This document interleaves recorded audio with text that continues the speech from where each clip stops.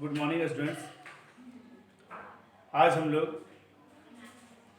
12th class के maths के chapter determinant को पढ़ेंगे कि डिटर्मिनेंट क्या होता है, उसका वैल्यू कैसे निकालते हैं। तो देखिए,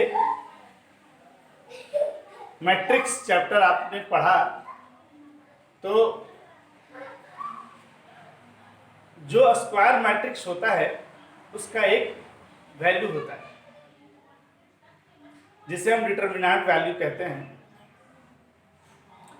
तो जो स्क्वायर मैट्रिक्स होता है उसी का डिटर्मिनेंट होगा, यानी 1 क्रॉस 1 ऑर्डर का होगा, 2 क्रॉस 2 ऑर्डर का होगा, 3 क्रॉस 3 ऑर्डर का होगा, तो वो स्क्वायर मैट्रिक्स होगा। तो ध्यान रखें कि जो 1 क्रॉस 1 होगा, 2 क्रॉस 2 होगा, 3 क्रॉस 3 होगा, 4 क्रॉस 4 होगा, उसी का डिटर्मिनेंट होगा। और जो सेम ऑर्डर का नहीं होगा, जो स्क्वायर मैट्रिक्स नहीं होगा, उसका डिटर्मिनेंट नहीं होगा। यानी every square matrix have a determinant value. जरा समझिए,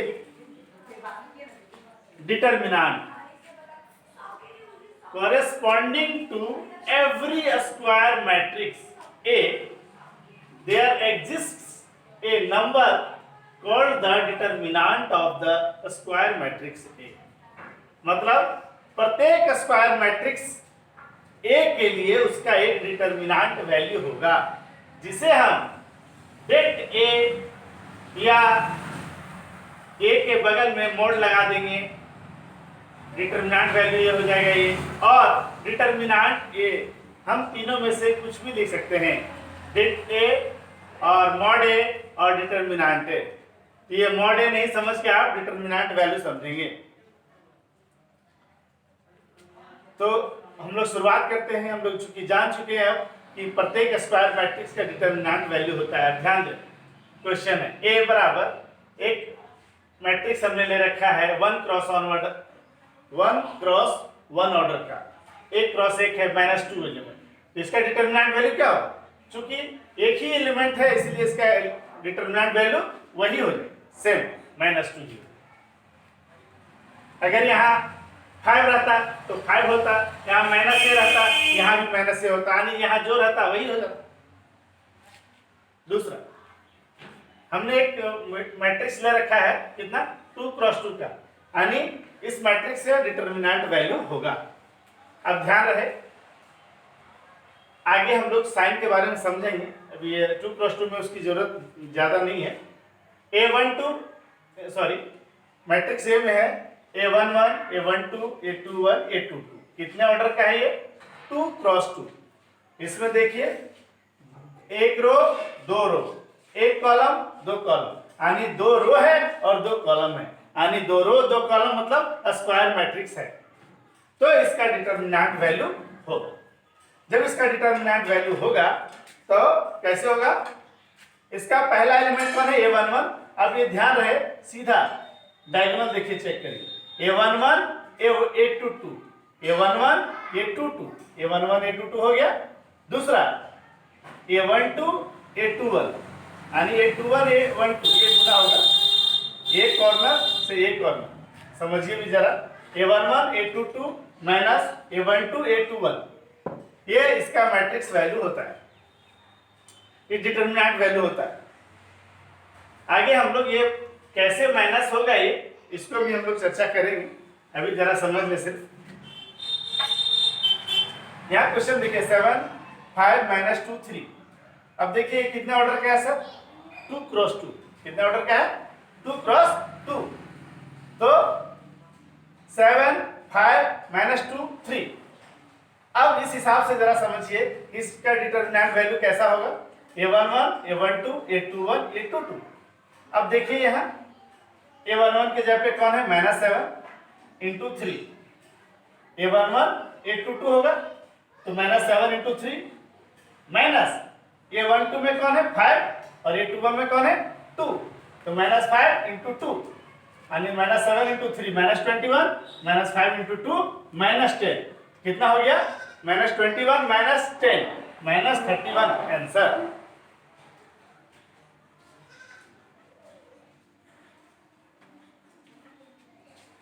तो ध्यान रखें,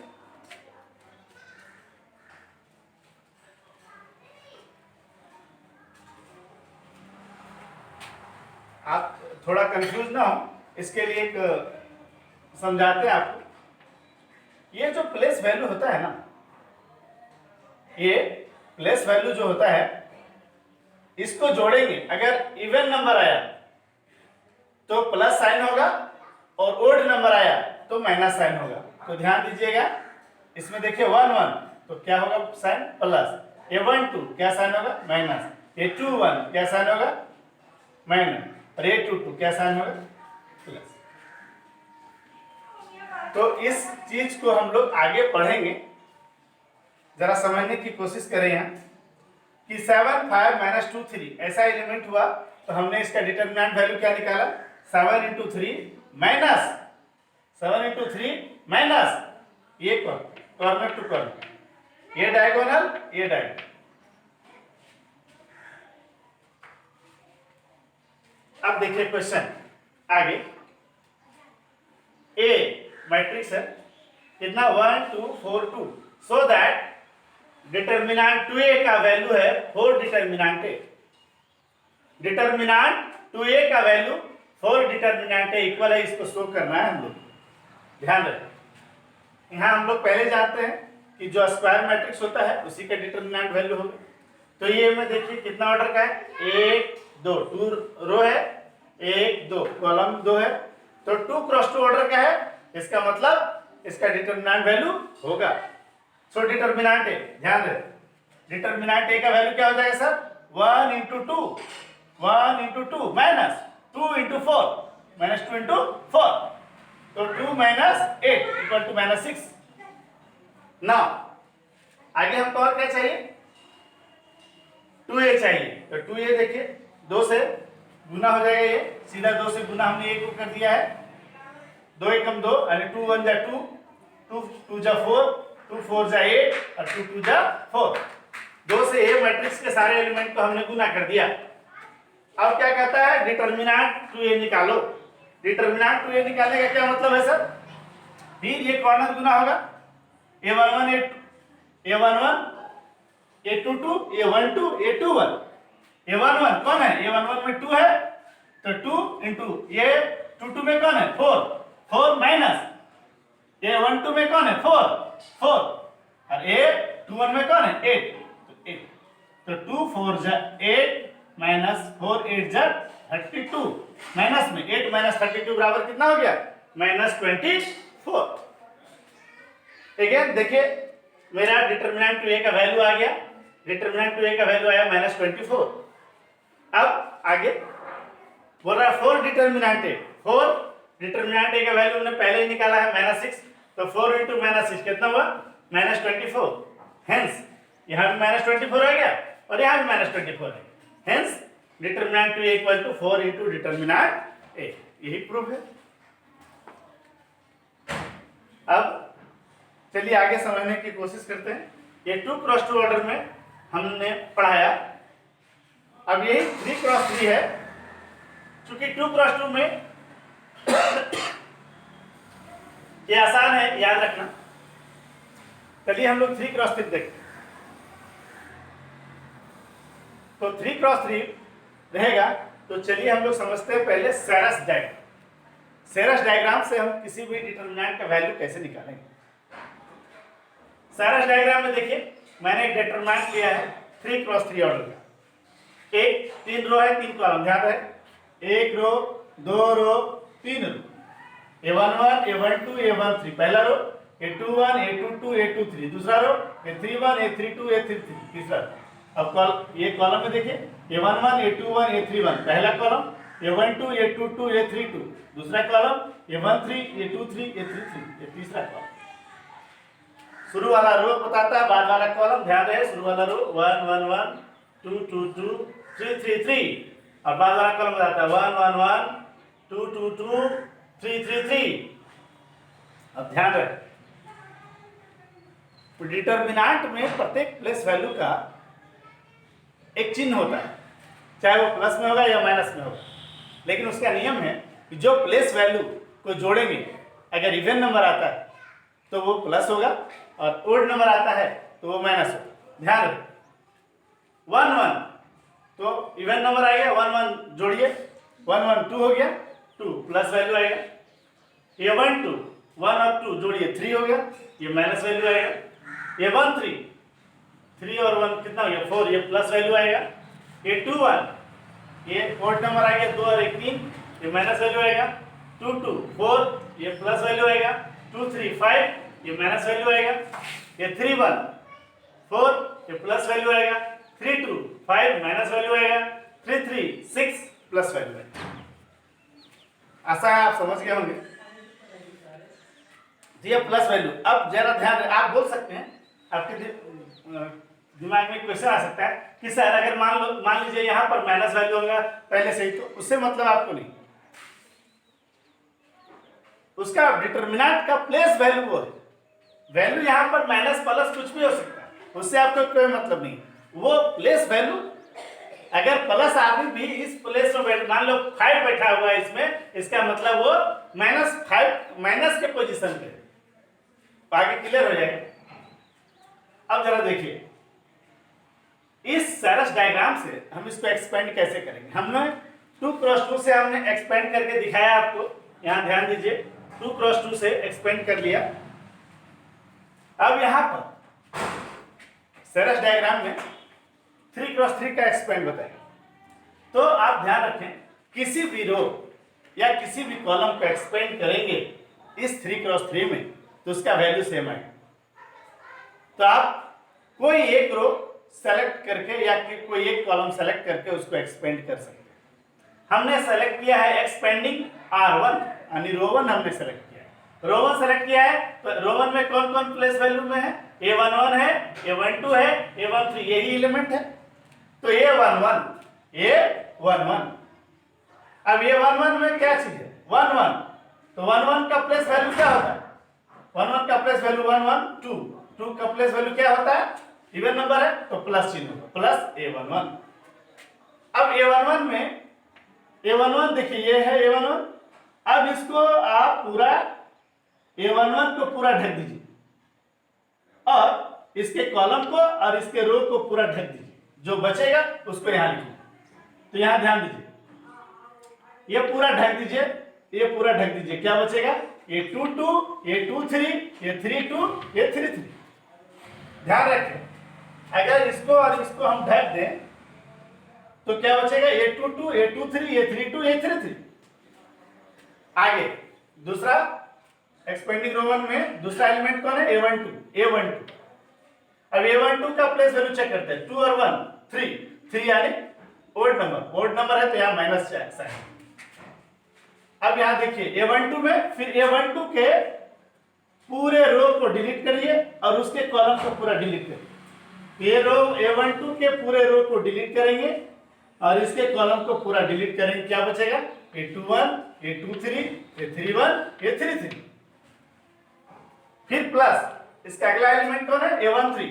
A13। अब देखेंगे इसको जोड़ेंगे, 3 और 1 4, यानी इवन नंबर यानी प्लस से गुना होगा, प्लस A13। अब A13 में फिर इसके पूरे रो को डिलीट करेंगे, इसके पूरे कॉलम को डिलीट करेंगे, क्या बचेगा? A21, A22, A31, A32, A21, A22, A31, A32। अब ये पूरा आ गया। अब ध्यान रहे, अब सीधा इसको हम लोग क्या करेंगे?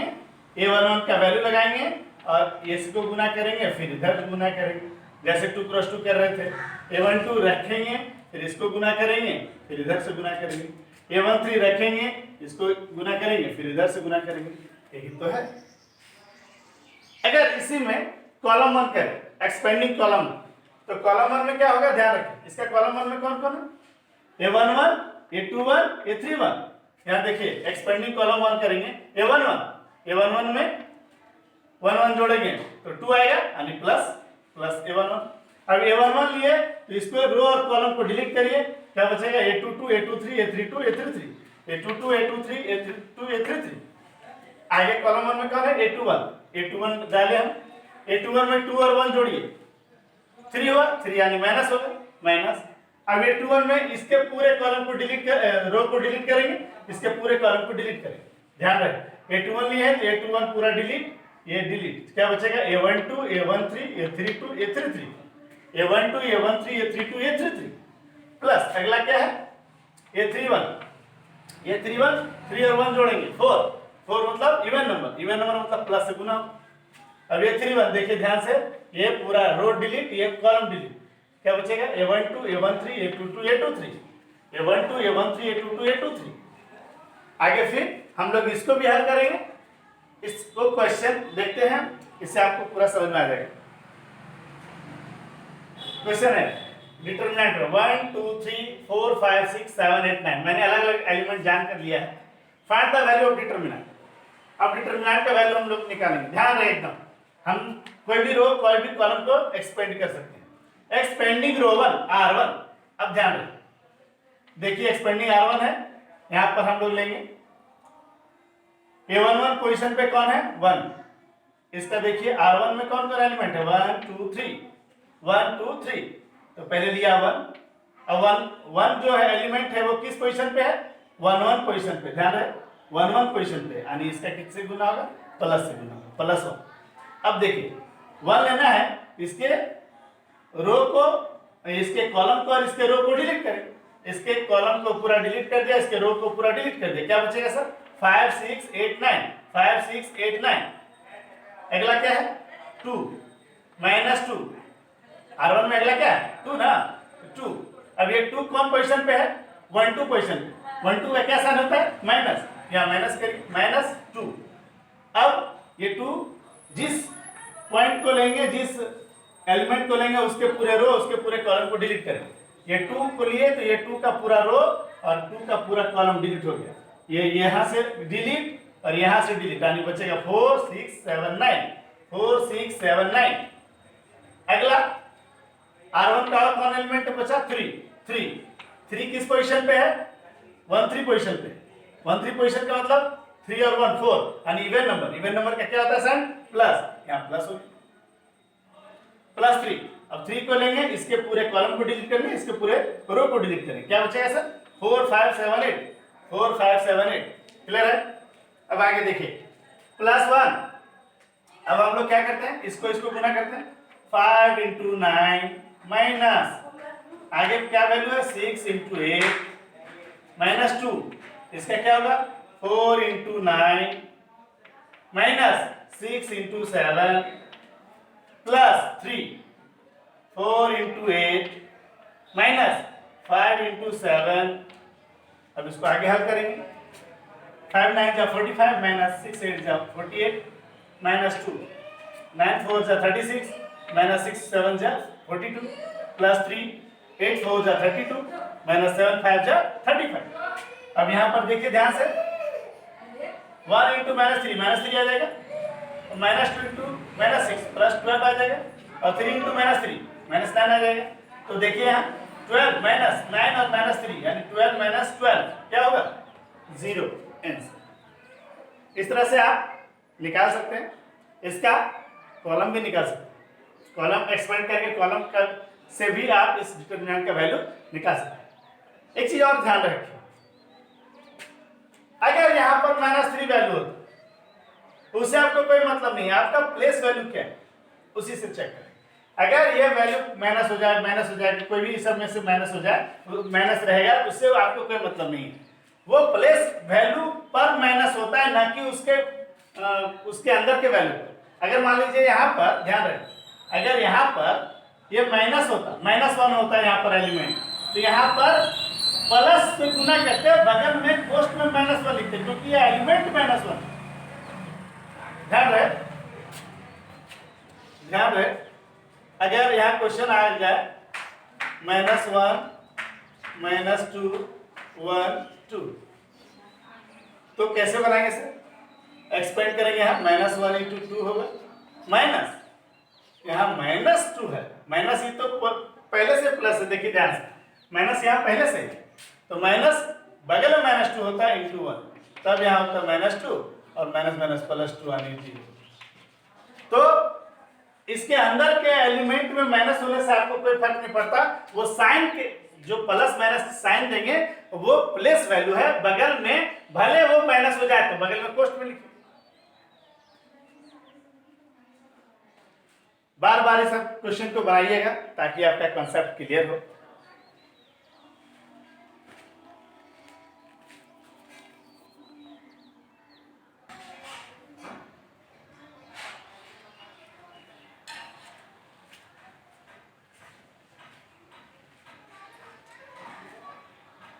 देखिए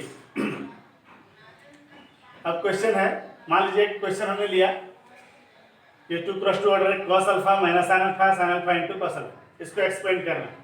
तो क्या करेंगे, a11 a22 minus a12 a21 होता है, यानी cos alpha into cos alpha, फिर minus minus sine alpha into sine alpha, या हम इधर से भी गुना कर सकते हैं, cos alpha into cos alpha minus sine alpha into minus sine alpha, ऐसे भी कर सकते हैं।